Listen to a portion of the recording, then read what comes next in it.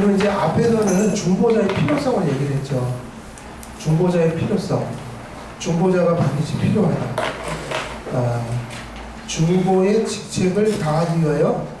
근데 이제 그리스도가 무엇이 되어야만 중보자가 될 수 있을까요? 사람이 되셔야 말이죠.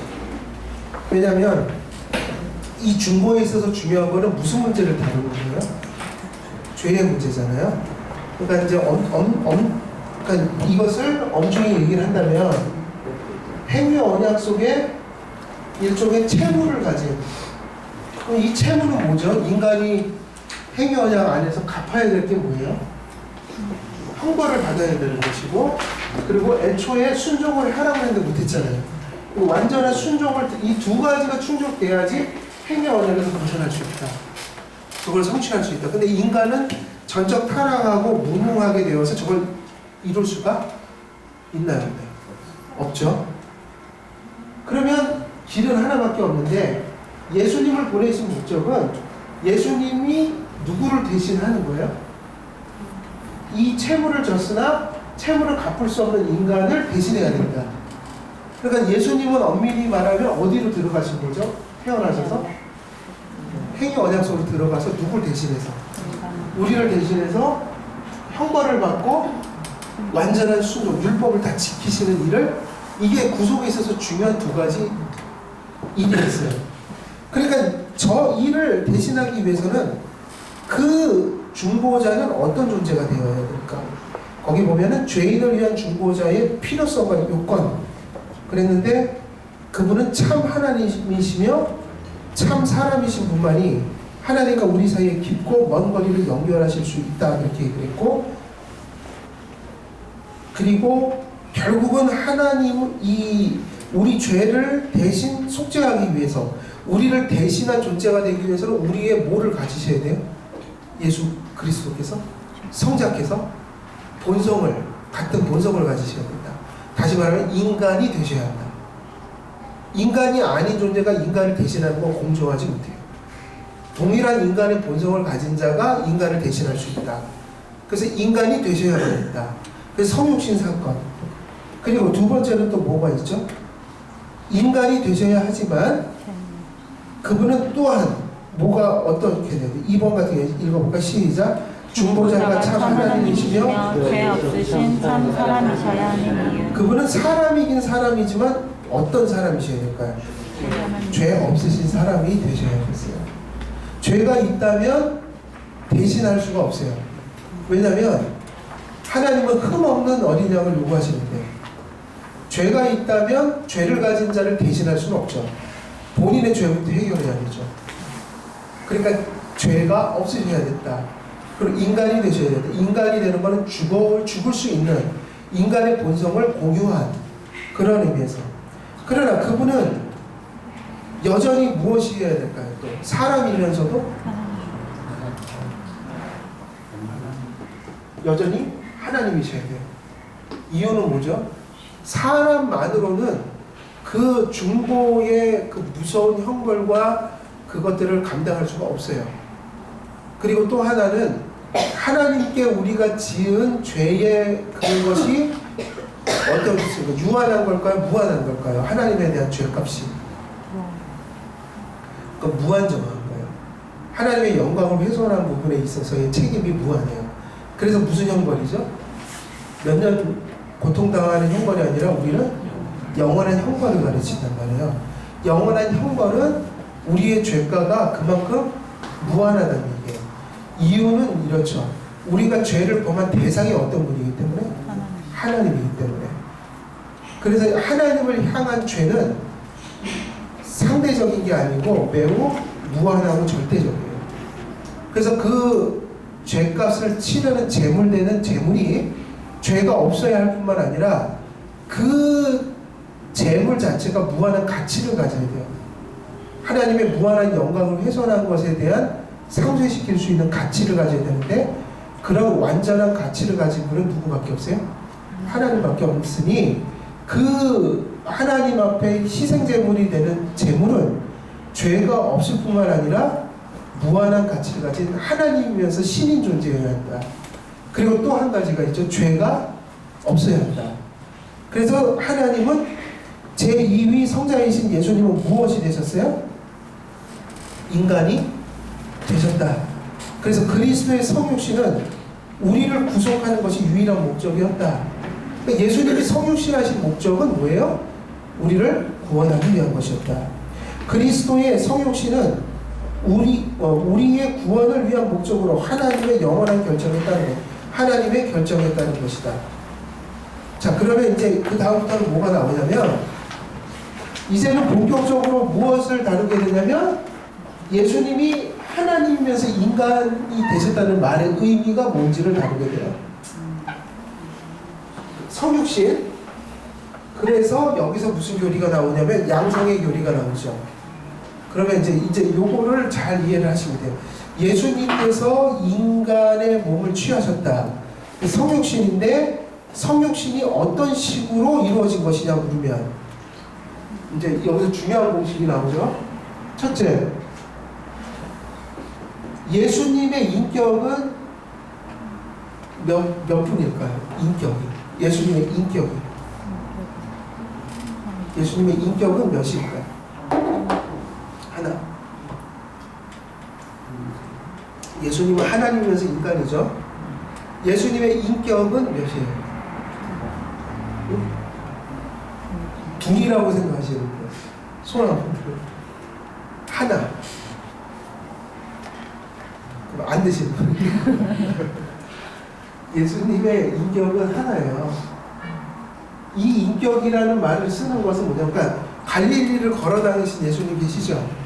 그분은 하나님이면서 인간이죠? 그러면 그 갈릴리를 걸어 다니셨던 인격은 몇이냐? 하나예요. 인격은 뭐를 의미하냐면 이거예요. 성부, 성자, 성령 할 때 이 성자의 위력을 가리켜 인격이라고 해요.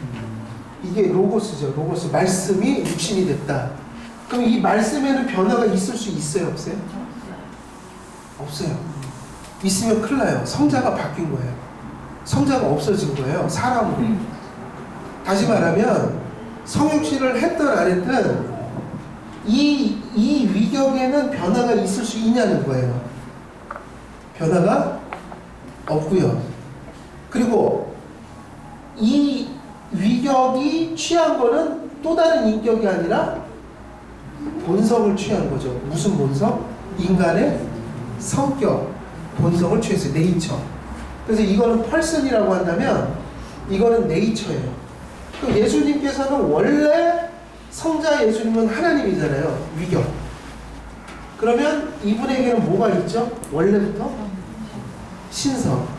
네이처. 네이처 중에 디어티. 신성이 있단 말이에요. 그런데 여기에는 변화가 있을 수 있다 없다. 변화가 생기면 큰일 나요. 하나님이 아닌 게 돼버려요.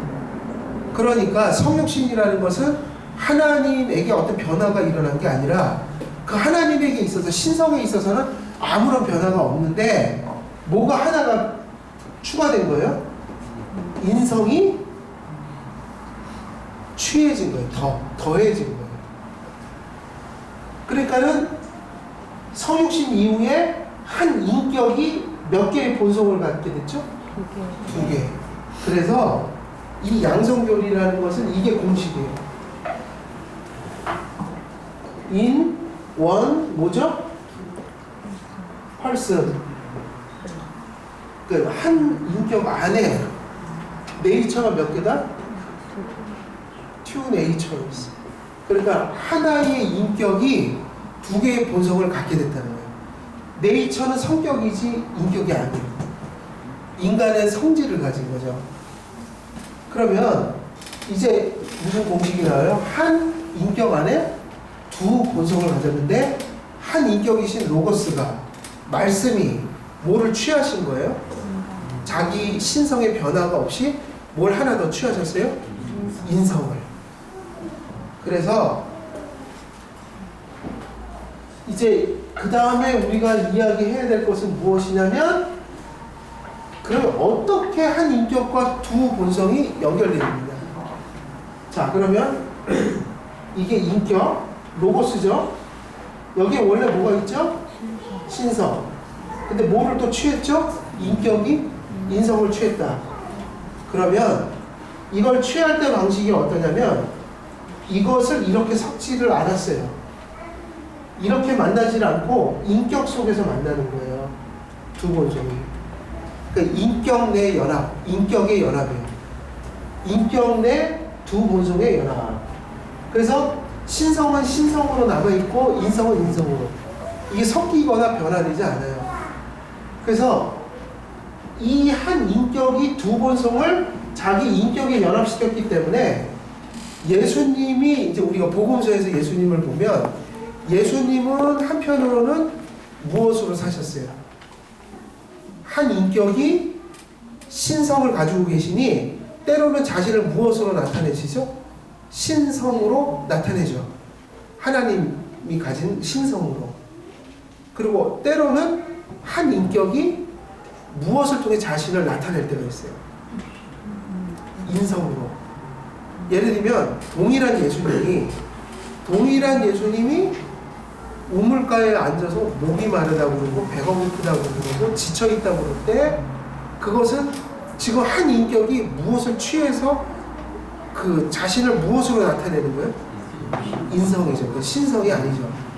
예를 들면 예수님이 세례를 받으신 경우도 원래 신성으로 따지면 예수님은 세례를 받을 필요가 없으시지만 우리 때문에 세례를 받으셨기 때문에 세례를 받으신 거는 인성으로 받으신 걸까요? 신성으로 받으신 걸까요?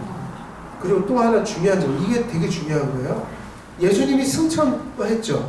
그리고 영광을 받으셨잖아요. 그러면은 예수님에게는 낮은 적이 있었고 높아진 적이 있어요. 성경엔 그를 높이셨다고 그러잖아요.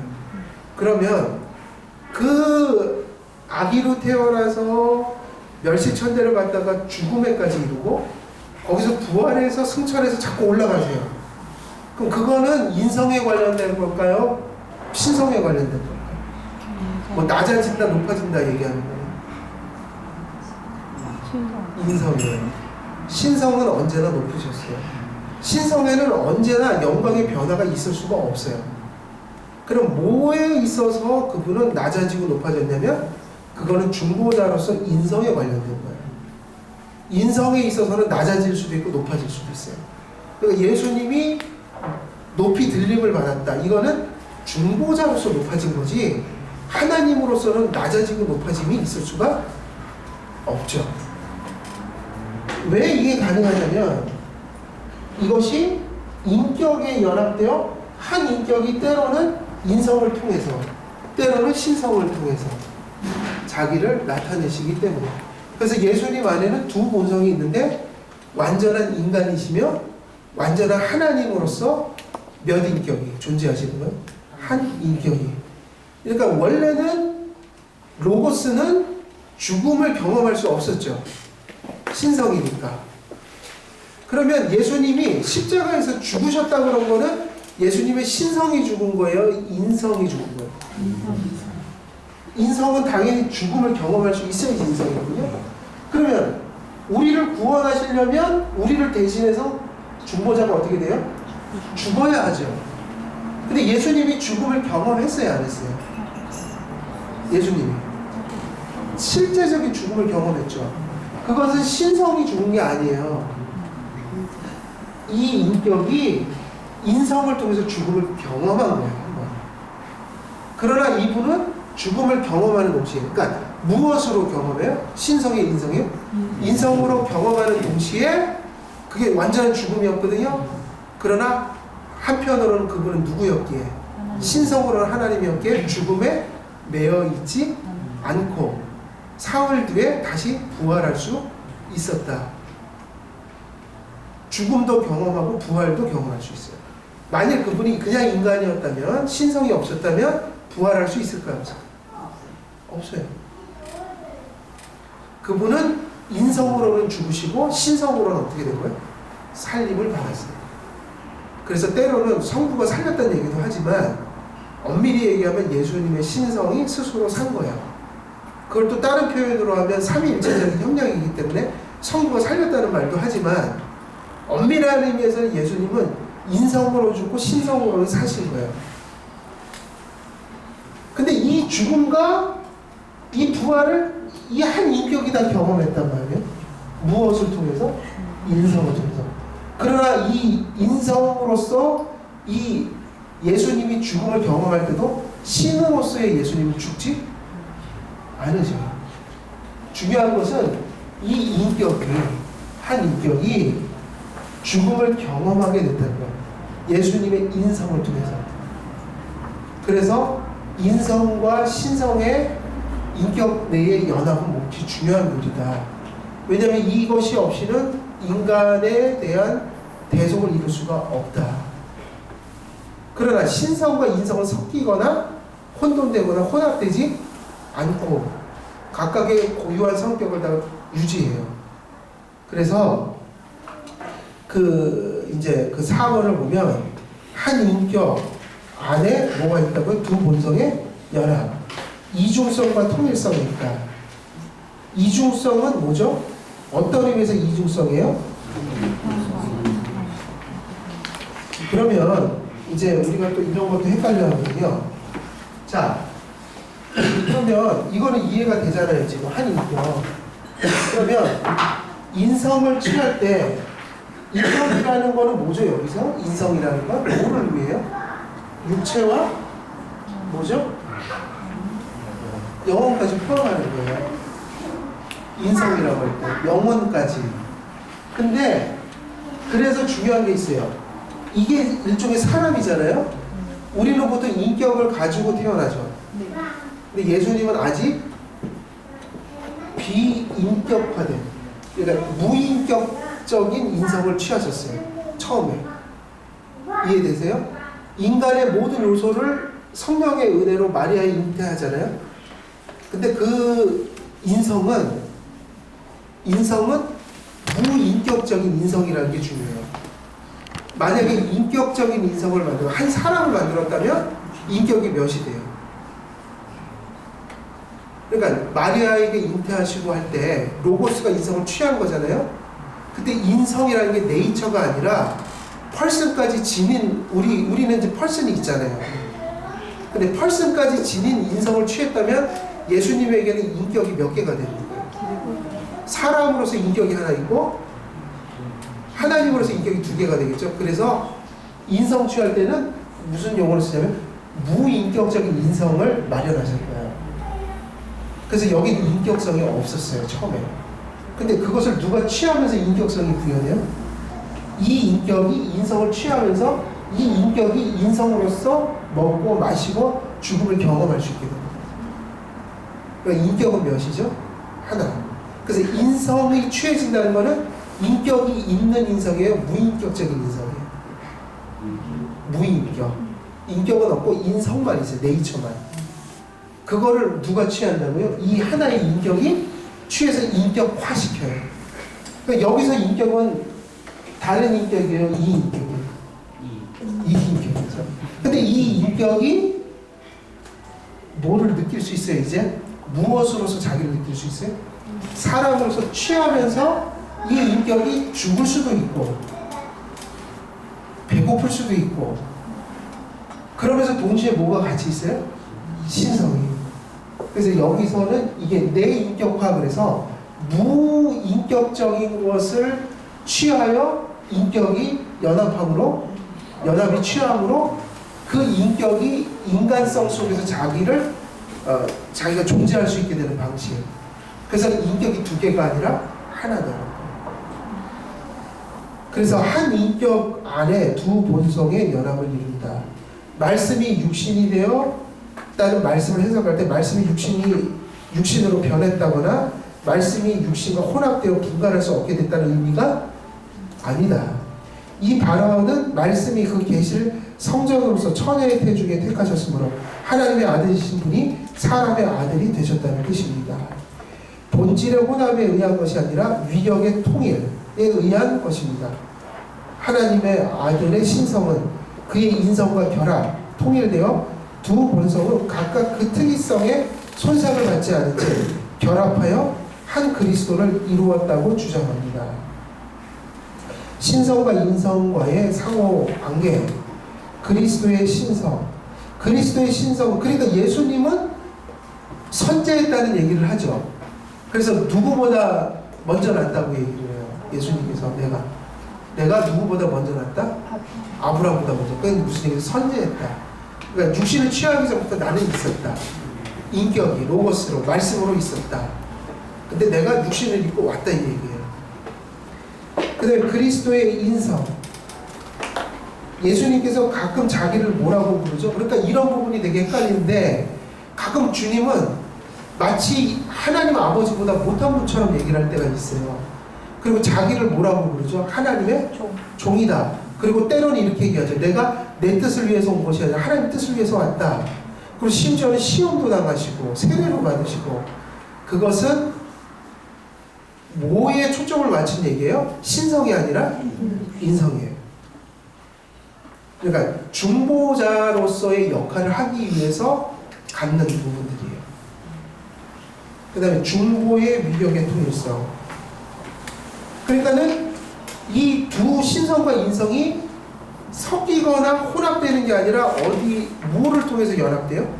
항상 뭐를 통해서만? 인격을 통해서만. 그러니까는 이렇게 다이렉트하게 섞이진 않아요. 그죠? 그러나 인격을 통해서 연합함으로 이 인격은 두 개가 섞이지 않는 방식으로 신으로서 자신을 나타낼 때도 있고 인간으로서 자기를 나타낼 때도 있다. 그래서 두 본성은 융합 또는 분리되었다고 생각해서는 안 된다.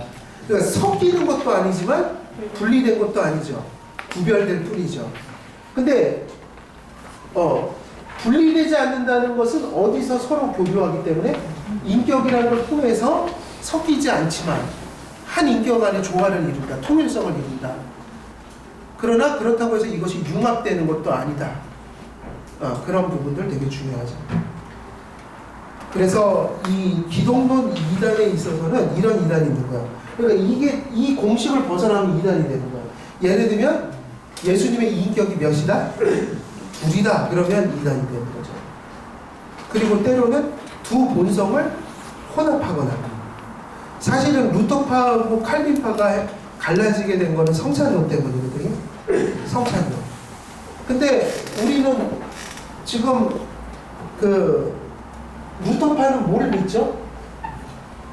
공제설을 믿잖아요. 공제설은 뭐죠? 개톨릭은 떡의 본질이 육체가 된다고 받고 루터파는 비슷해요. 근데 달라요. 떡의 본질 아래 떡의 본질과 함께 예수님의 육체가 여기 임한다고 봤거든요. 약간 다르지만 비슷해요. 뭐에서는 비슷하죠? 하나님의 육체가 떡에 이렇게 편재할 수 있다고 보는 거죠. 조각조각 들어갈 수 있다고 보는 거예요. 그러면 칼빈파는 뭐를 주장하죠? 영적 임재선을 주장해서 예수님의 육체는 그렇게 편재되는 게 아니다. 예수님은 어디 계시다고 봐요? 성찬을 할 때 하늘에 계셔요. 육체가. 그 육체는 조각조각 편재될 수가 없는 이유는 뭐죠? 육체는 신성이 아니라 인성이기 때문에. 인성은 원래 그렇게 편재될 수가 없어요. 공간적 제약을 받아요. 그러니까 예수님의 육체는 하늘에 있고 영적으로 성령이 임하여서 우리에게 은혜가 되는 거지, 예수님의 육체가 이렇게 조각조각 편재돼서 우리가 이 육체를 먹음으로 은혜를 받는 게 아니라는 거죠. 여기서 중요한 게 있어요.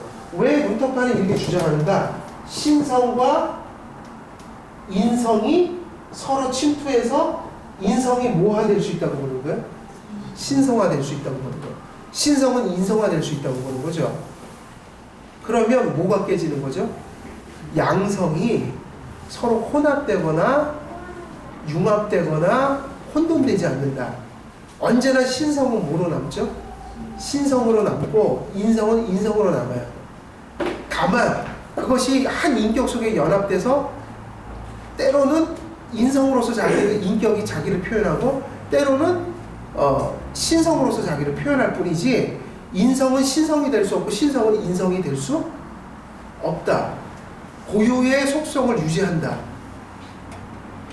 그러니까 루터파는 뭐가 잘못됐냐면 신성이 인성화되고 인성이 신성화돼서 인성도 신성의 영향을 통해 편재될 수 있다고 보는 거잖아요. 근데 그거를 칼빈은 받아들이지 못하죠.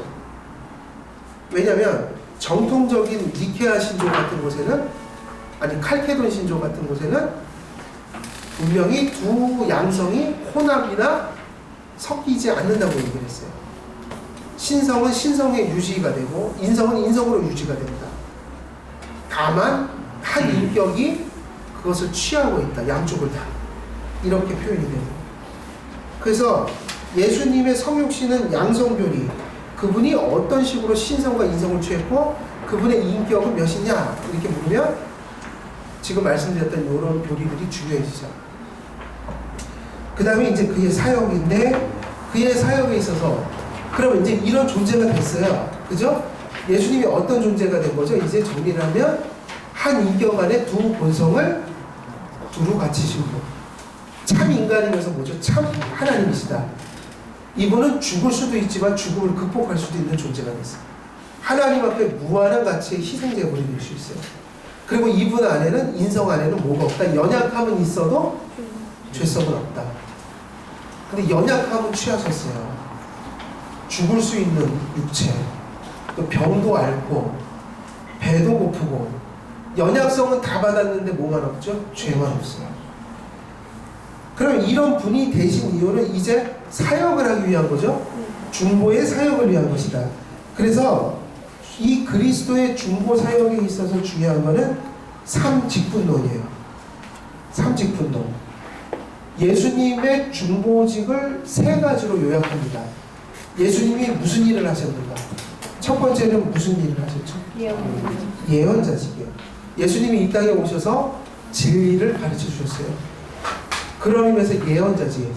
중보자가 안 오셨다면 이 진리를 알 수가 없었다. 그 다음에 두 번째는 뭐죠? 왕직인데 왕직이라는 건 뭐죠? 다스리는 거 아니에요? 아까 하나님 나라 얘기했죠. 근데 여기서 하나님 나라 이 왕직이라는 것은 이런 의미예요. 하나님이 우리를 다스리시는데 우리의 중보자가 되셨기 때문에, 그러니까 뭐의 머리가 되셨어요? 교회의 머리가 되셨죠? 교회의 머리라는 건 교회를 다스린다는 얘기예요. 무엇으로 다스리냐면 은혜와 말씀과 사랑으로 다스리세요. 교회를. 그럼 여기서 의미는 어떤 이미지냐면 이런 이미지예요. 구약에서 왕들을 세울 때 하나님은 왕들에게 뭐를 명령하셨죠? 하나님의 율법을 지키고 그들이 율법을 지키는 가운데 사심없이 누구를 돌보라고? 이스라엘 백성을 돌보라. 왕이 하는 일은 돌보는 일이에요.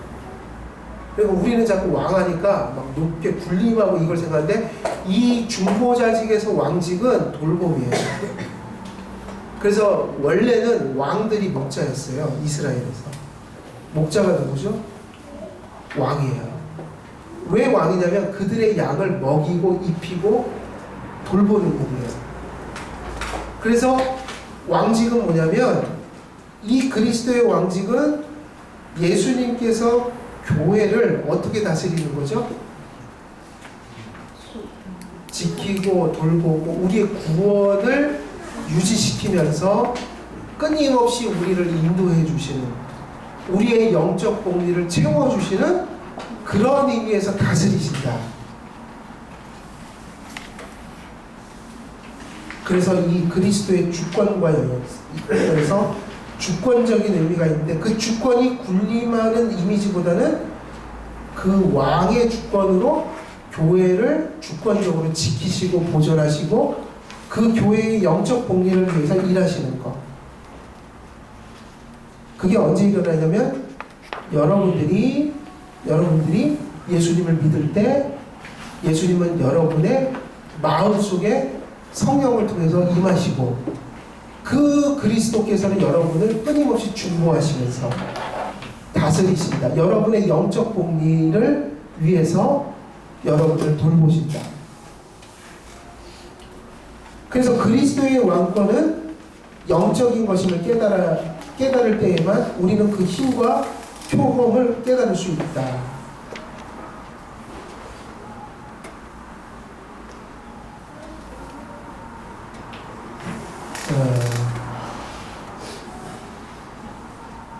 그래서 그분의 영적 통치라는 것은 어때요? 육적인 것이 아니라 영적인 것이다. 거기 한번 읽어볼까요? 거기 그 첫 번째 공동생활, 천상생활. 우리의 행복은 천상생활에 있다 밑에. 시작. 이 세상에서 국민이 번영하며 평안하려면 한쪽으로는 모든 재물이 풍부하며 국내가 평온해야 하며 또 한쪽으로는 외적에 대한 강이